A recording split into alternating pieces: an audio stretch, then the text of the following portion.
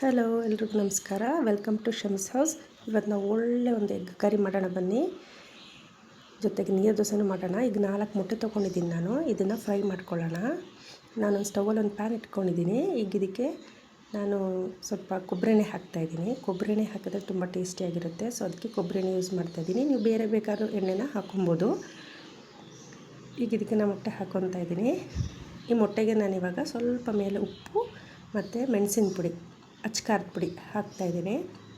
ನೋಡಿ, 2 ಸೈಡು ಸ್ವಲ್ಪ ಫ್ರೈ ಮಾಡ್ಕೊಳ್ಳಿ. ಈ ಥರ ಫ್ರೈ ಮಾಡ್ಕೊಂಡು ಎತ್ತಿಟ್ಕೊಳ್ಳೋಣ.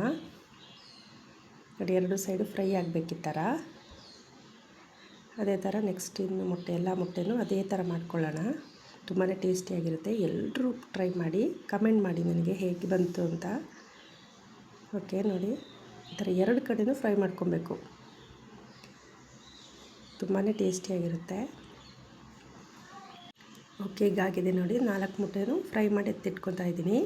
ಇವಾಗ ನಾನೊಂದು ಮಿಕ್ಸಿ ಜಾರ್ಗೆ ಒಂದು ಅರ್ಧ ಹೋಳು ತೆಂಗಿನಕಾಯಿನ ತುರಿದಿಟ್ಕೊಂಡಿದ್ದೀನಿ. ಅದನ್ನು ಹಾಕ್ಕೊತಾ ಇದ್ದೀನಿ.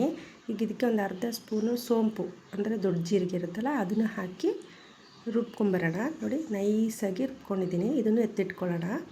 ಈಗ ಸ್ಟವ್ ಮೇಲೊಂದು ಪಾತ್ರೆ ಇಟ್ಕೊಳ್ಳೋಣ. ಇದಕ್ಕೆ ಕೊಬ್ಬರಿ ಎಣ್ಣೆ ಹಾಕ್ಕೊತಾ ಇದ್ದೀನಿ. ನೀವು ಬೇಕಾದ್ರೆ ಬೇರೆ ಎಣ್ಣೆ ಬೇಕಾದ್ರೆ ಹಾಕ್ಕೊಬೋದು.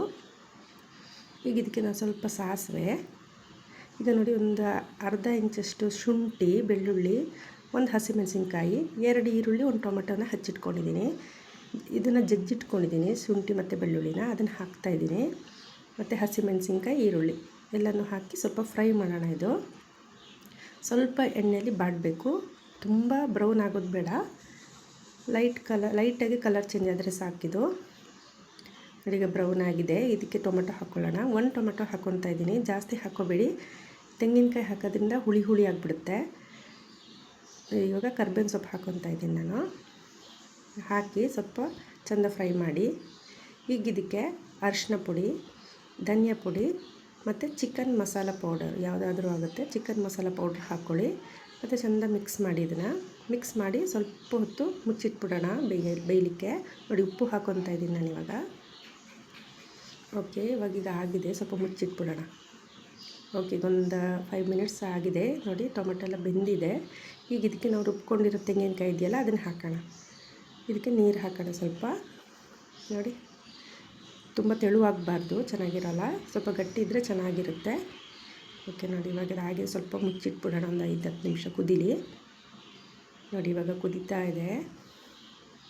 ನೋಡಿ, ಚೆನ್ನಾಗಿ ಕುದೀತಾ ಇದೆ. ಇವಾಗ ಇದಕ್ಕೆ ಸಾಂಬಾರು ಸೊಪ್ಪು ಹಾಕೋಣ. ಸ್ವಲ್ಪ ಟೇಸ್ಟಾಗಿರುತ್ತೆ.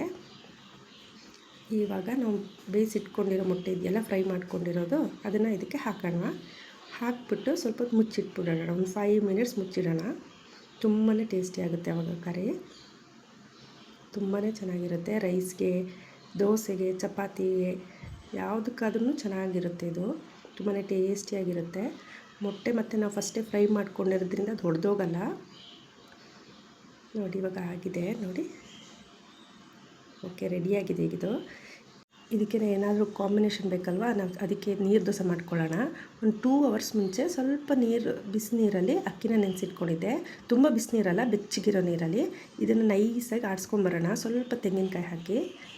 ನೋಡಿ, ಈಗ ತೆಂಗಿನಕಾಯಿ ಸ್ವಲ್ಪ ಮತ್ತು ಅಕ್ಕಿ ಹಾಕಿ ನೈಸಾಗಿ ಆಡಿಸಿದ್ದೀನಿ. ಇವಾಗ ಇದು ನೋಡಿ, ಇವಾಗ ನೀರು ಹಾಕ್ಕೊತೀನಿ. ಇದಕ್ಕೆ ತೆಳುವಾಗಿರಬೇಕಿದು, ಗಟ್ಟಿ ಇರಬಾರ್ದು. ಗಟ್ಟಿಯಾಗಿಬಿಟ್ರೆ ದೋಸೆ ಚೆನ್ನಾಗಿ ಬರೋಲ್ಲ. ಈಗ ಸ್ವಲ್ಪ ಉಪ್ಪು ಹಾಕ್ಕೊತಾ ಇದ್ದೀನಿ ನಾನು. ತೆಳುವಾಗಿರಬೇಕು. ನೋಡಿ, ಸ್ವಲ್ಪ ಗಟ್ಟಿ ಇದ್ದಂಗಿದೆ. ಸ್ವಲ್ಪ ನೀರು ಹಾಕ್ಕೊತೀನಿ. ಈಗ ತೆಳು ಇರಬೇಕು. ಅದು ತೆಳು ಇದ್ದರೆ ನೀರು ದೋಸೆ ಚೆನ್ನಾಗಿ ಬರುತ್ತೆ. ಓಕೆ, ಇವಾಗ ಇದಾಗಿದೆ. ಸ್ಟವಲ್ಲಿ ಹಂಚಿಟ್ಕೊಳ್ಳೋಣ. ನೋಡಿ, ನಾನು ಈ ಥರ ಹಂಚಿಟ್ಕೊಂಡಿದ್ದೀನಿ. ಫ್ರೈ ಪ್ಯಾನಲ್ಲೂ ನೀವು ಮಾಡ್ಕೊಬೋದು, ಬಟ್ ಈ ಥರ ಹಂಚಲ್ಲಿ ಚೆನ್ನಾಗಿ ಬರುತ್ತೆ ದೋಸೆ. ಫ್ರೈ ಪ್ಯಾನಲ್ಲೇ ಬೇರೆ ಥರ ಬರುತ್ತೆ, ಇದರಲ್ಲೇ ಬೇರೆ ಥರ ಬರುತ್ತೆ. ಇದು ಚೆನ್ನಾಗಿರುತ್ತೆ. ಈ ಥರ ಹಂಚಲ್ಲಿ ಮಾಡೋದ್ರಿಂದ ತುಂಬಾ ಟೇಸ್ಟಿಯಾಗಿರುತ್ತೆ ದೋಸೆ. ಓಕೆ, ಸ್ವಲ್ಪ ಬೇಯಿಸೋಣ. ಒಂದು 5 ಮಿನಿಟ್ಸ್ ಏನು ಬೇಡ, 2 ಮಿನಿಟ್ಸ್. ನೋಡಿ, ಇವಾಗ ಇದಾಗಿದೆ. ನೋಡಿ, ಎಷ್ಟು ಚೆನ್ನಾಗಿ ಬಂದಿದೆ ನೋಡಿ ಅಲ್ವಾ. ಅದೇ ಥರ ಎಲ್ಲ ದೋಸೆನೂ ಹಾಕ್ಕೊಳ್ಳೋಣ. ತುಂಬಾ ಟೇಸ್ಟಿಯಾಗಿರುತ್ತೆ. ನೀರು ದೋಸೆಗೆ ಮೊಟ್ಟೆ ಸಾರಂತೂ ಸೂಪರಾಗಿರುತ್ತೆ. ಎಲ್ಲರೂ ಟ್ರೈ ಮಾಡಿ. ಓಕೆ, ಇವಾಗ ಇದು ರೆಡಿಯಾಗಿದೆ. ನೋಡಿ, ಎಷ್ಟು ಚೆನ್ನಾಗಿ ಬಂದಿದೆ ಅಲ್ವಾ. ಇದು ಲಂಚ್ಗೂ ಮಕ್ಕಳಿಗೆ ಬಾಕ್ಸಿಗೆ ಹಾಕ್ಕೊಡ್ಬೋದು. ಎಲ್ರಿಗೂ ಇಷ್ಟ ಆಗುತ್ತೆ, ಮಕ್ಕಳಿಗೆ ದೊಡ್ಡವ್ರಿಗೆ ಎಲ್ರಿಗೂ ತುಂಬಾ ಇಷ್ಟ ಆಗುತ್ತೆ ಈ ಮೊಟ್ಟೆ ಸಾರು.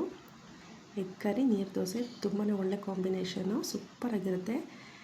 ಎಲ್ಲರೂ ಟ್ರೈ ಮಾಡಿ. Thank you.